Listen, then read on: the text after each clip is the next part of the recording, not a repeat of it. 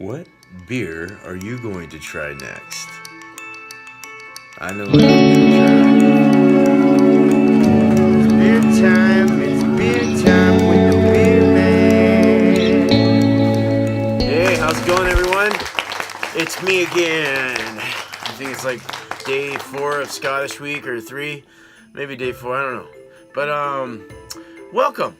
And I hope you're having all a good evening, day. I'm having a good evening so far. Got off work a couple hours ago, feeling great. All right, so I've got a really cool one. This isn't like your. Here, I probably just showed it. This isn't your typical Scottish, so to say. I got it over at Seaside Wine and Beer House, and I was talking to Jeff about it, and he mentioned that it's basically its own animal. So it's definitely a Scottish, I guess it could be considered a Scottish-style ale to some degree, based on what it's flavored like and what they put in it and stuff. But it's its own animal, but it falls in line with my Scottish week, and it's from Scotland. It's actually from the Orkney Brewery in Quoy Loo. I have no idea if I said that right. Quoy Loo. And I'm not gonna try and talk like that because I'm not from there, But that's what the word is, and it's an 8.5%. And it's called Skull Splitter. I never said the word or the title to it. It's Skull Splitter, and this is one my father had mentioned this to me a long time ago when I first started brewing. I tried it then, but I can't remember what it tasted like. I almost remember raisiny kind of stuff going on, but I don't want to get too into that. Let's jump into this. Skull Splitter, 8.5%.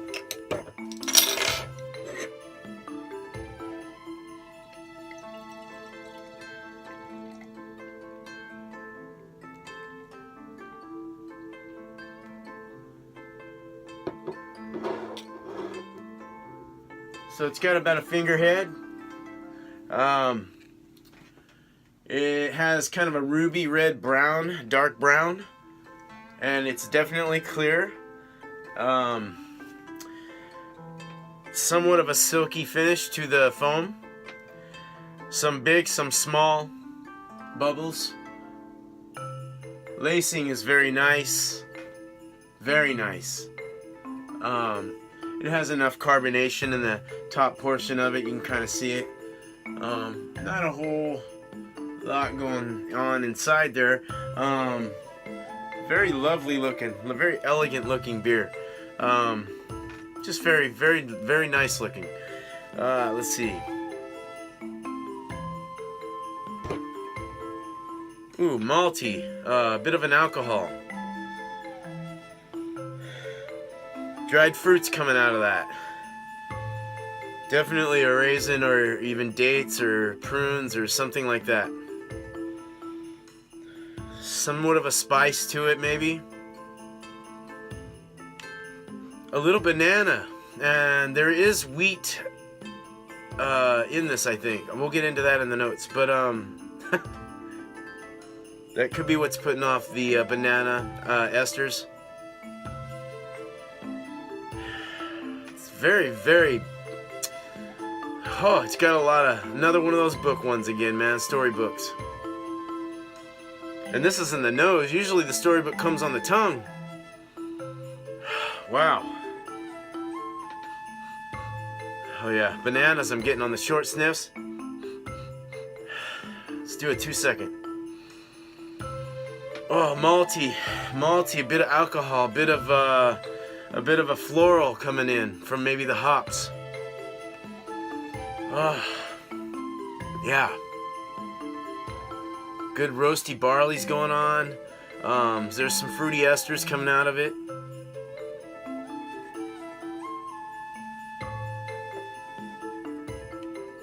Yeah, fruity esters. What's that smell I'm smelling? Like bubblegum, kinda. There's a bubblegum smell to it. That's exactly. Alright, let's taste this beast of its own. Arr.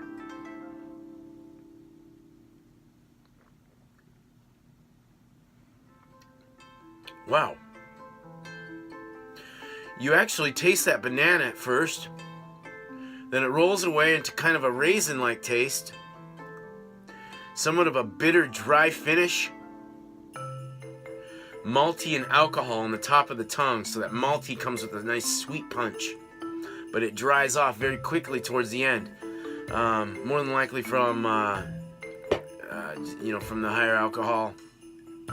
8.5%. You're gonna definitely smell some alcohol in there.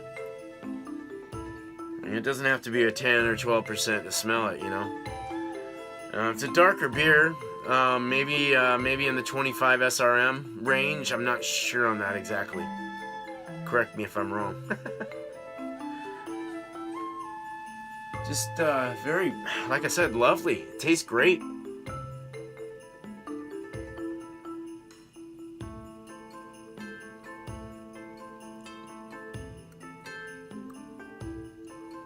Very seasonal tasting, very winter ale-like. Kind of has the, I want to say it has kind of a spicy or a spiciness going on in there. I don't know if that be nutmeg or I don't know. I don't want to get into that because I don't really know how all these spices taste. I need to get myself familiar with those spices. But this has somewhat of a spices, whatever that spice may be. A holiday spice, let's say. Maybe some clove. There we go. Clove. Yeah, maybe. Banana, cloves, spiciness. Oh, man, great.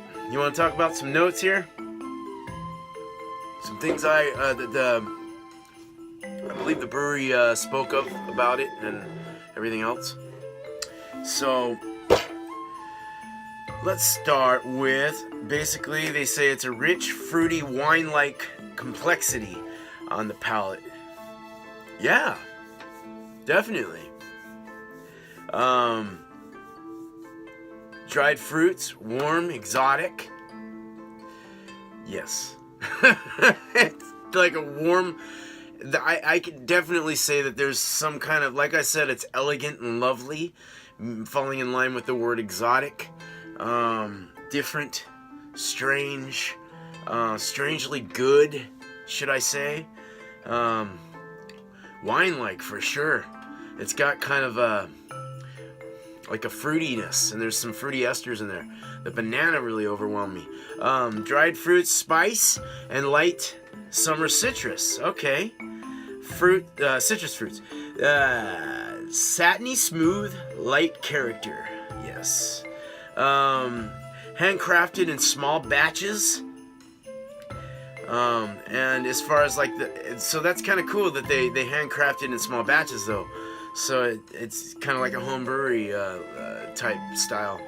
I'm sure it's not a 15-gallon kettle or something. It's probably a 1 or 2 barrel system, but nice though.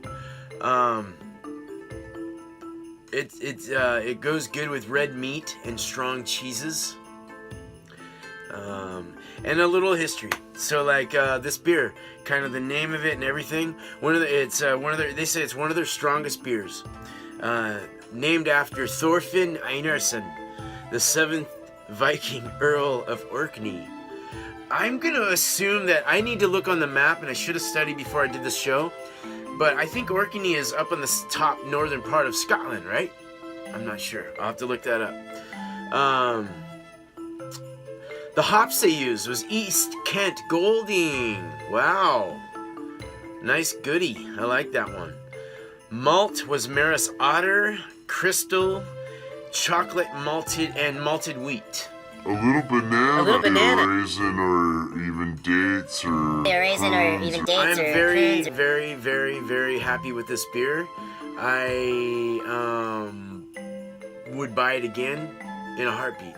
It's definitely different from a wee heavy. It's kind of, I'd have to say maybe similar, but in its own world. You know what I mean? Hey, yeah, so for the uniqueness of this beer and the separate animal that it is. That kind of separated it from the actual Scottish ale, should I say, but still kind of part of it. And the fact that it's so delicious, I'm definitely gonna give it a 10. Definitely a 10. Cheers, guys. Thank you for watching. Comment. Let me know what Scottish ale you'd like me to try this Scottish week. And I'm thinking about another type of beer for next week already, so I'll keep you informed. But comment, let me know, and subscribe. Hit that bell for more, and subscribe, and so you can see my shows and be part of the whole Beer Man community. Right on, guys. Thank you so much, and gals. Thank you so much. Have a good night, day, evening, wherever you're at. Cheers. Peace.